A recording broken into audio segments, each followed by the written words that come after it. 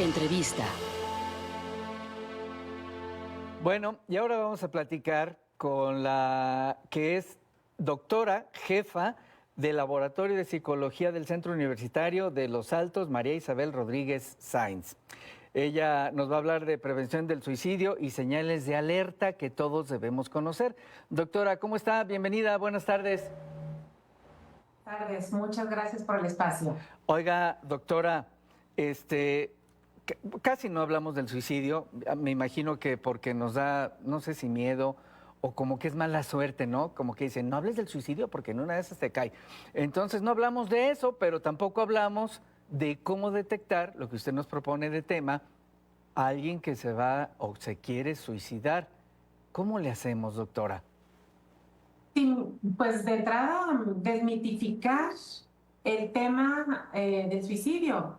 Está el mito, como bien lo decía usted al inicio, que si hablamos del suicidio podemos incitar a la persona que piense en él, podemos darle ideas, sobre todo cuando trabajamos con jóvenes, con adolescentes, está esta creencia de poderles, como si hablar de eso les metiera ideas o les sugiriera alguna conducta en específico. Y no es así. Creo que tenemos que empezar por hablar del tema, porque además es un tema muy grave, es un tema, lamentándolo mucho, con una incidencia altísima y sobre todo en los jóvenes.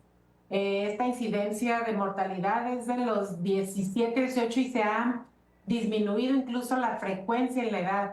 Ya tenemos chicos mucho más jóvenes en esta frecuencia, pero también, lamentándolo mucho, ya hay cada vez mayor número de niños que se suicidan. Entonces, es un fenómeno de crecimiento, como dije, lamentándolo mucho. Oiga, doctora, aquí en México, no sé si en el mundo, pero ahorita usted nos dice, en México entonces el asunto es grave en comparación con lo que teníamos hace cuántos años. Podríamos decir que de 5 años a la fecha o de 10 años, obviamente ha estado en mayor crecimiento, pues, pero no estamos hablando de decir hace 20 años, hace 15, por supuesto que sí, pero el crecimiento podemos hacer la comparación de hace 3, 5 años. Uh-huh. Digo, lejos de que disminuya, que podríamos pensar que estratégicamente así pudiera ser, no lo es. Oiga, doctora, déjeme preguntarle algo. ¿Habrá quien dirá, bueno, es que hay más suicidios porque hay más gente, ¿no? Antes no había muchos suicidios porque no había mucha gente, pero en comparación, por cada 100,000 habitantes a lo mejor, sí vamos teniendo entonces más suicidios aquí en México. Efectivamente, porque las estadísticas, dicen que las estadísticas se pueden manejar como cada quien las enfoque, Sí. pero el incremento tiene que ver con la cantidad de personas, es por cada 100,000 habitantes, millones, o sea, es decir, se ha incrementado en función de la cantidad de habitantes de las poblaciones, pues entonces no es un truco estadístico, es un número en incremento real. Oiga, doctora María Isabel, luego, ¿cuál es el grupo donde hay más suicidios? ¿De qué edad a qué edad? Son los jóvenes de 17, 18 años a 35, 37, 45. Está ahí esta fluctuación. Entonces, si vemos que es una edad incluso, no solo corta edad o juventud, sino la edad más productiva, con mayores proyectos esperables, con mayores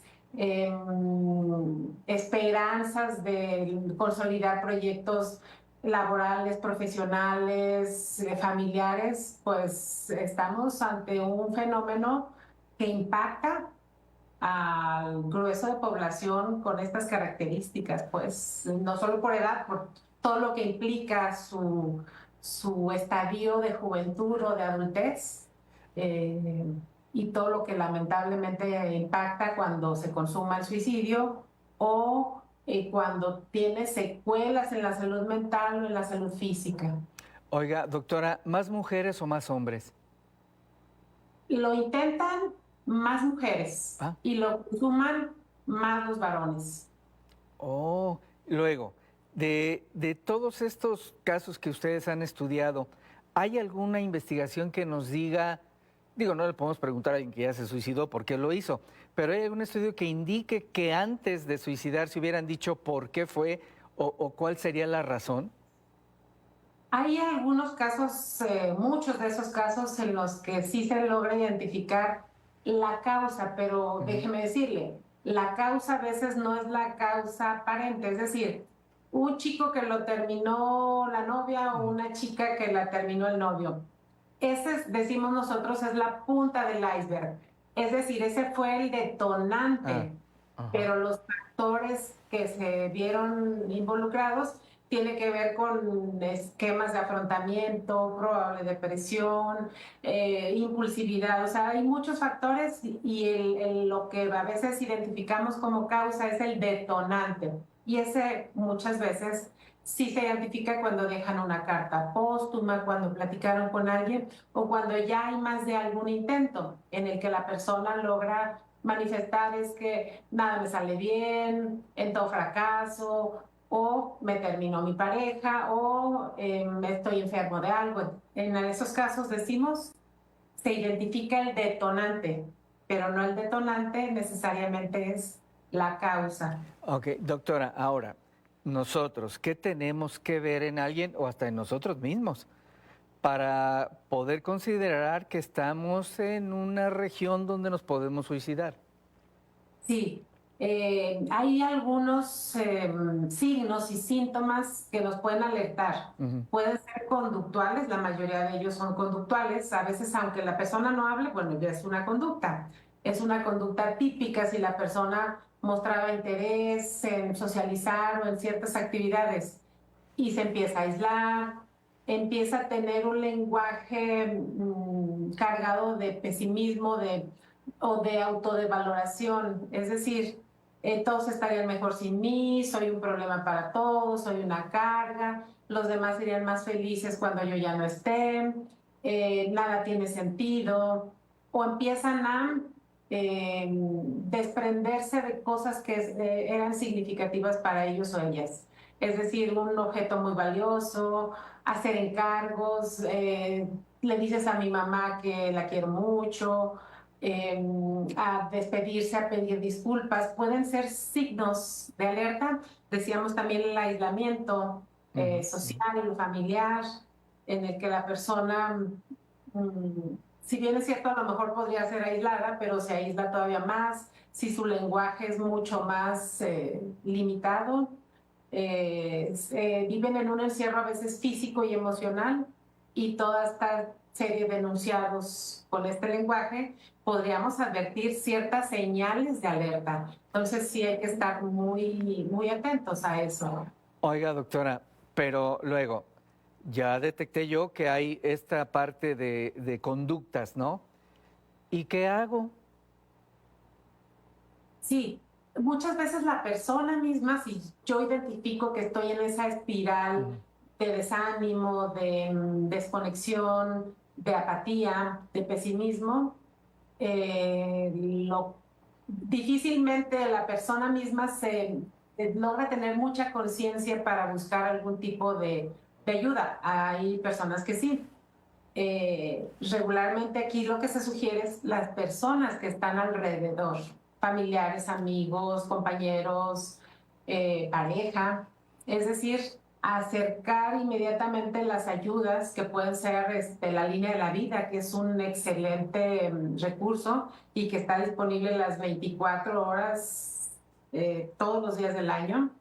Hay algunos otros centros, Caizame, Sisame, en algunas regiones el mismo DIF o algunos otros servicios de atención a la salud mental. Y la idea es dar seguimiento, porque de pronto pensamos en cuestiones mágicas de no le funcionó, no le sirvió, pero esto es un proceso y hay que darle ese seguimiento, pero hay que estar de la mano de la persona. Tal cual hasta que no trascienda esa etapa. Ya. Lamentándolo mucho, una persona que lo intenta, o lo concibe o lo planea, regularmente la historia dice que va a volverlo a intentar o a idear. Oiga, doctora, ¿a dónde se puede comunicar alguien con usted para que la oriente y la envíe con alguien, si no es con usted misma, para que evitemos este asunto del suicidio? Mire, aquí en nuestro centro universitario tenemos el laboratorio de psicología en el que de manera muy específica atendemos al alumnado, pero con gusto podemos orientarles sobre algunas dudas o algunas opciones de atención. Nuestro número telefónico del centro universitario es 378-782-8033 con la extensión 56951. Muy bien. Doctora, muchas gracias por estar con nosotros en Jalisco Contigo. Que esté muy bien. Buenas tardes. Gracias, bonita tarde.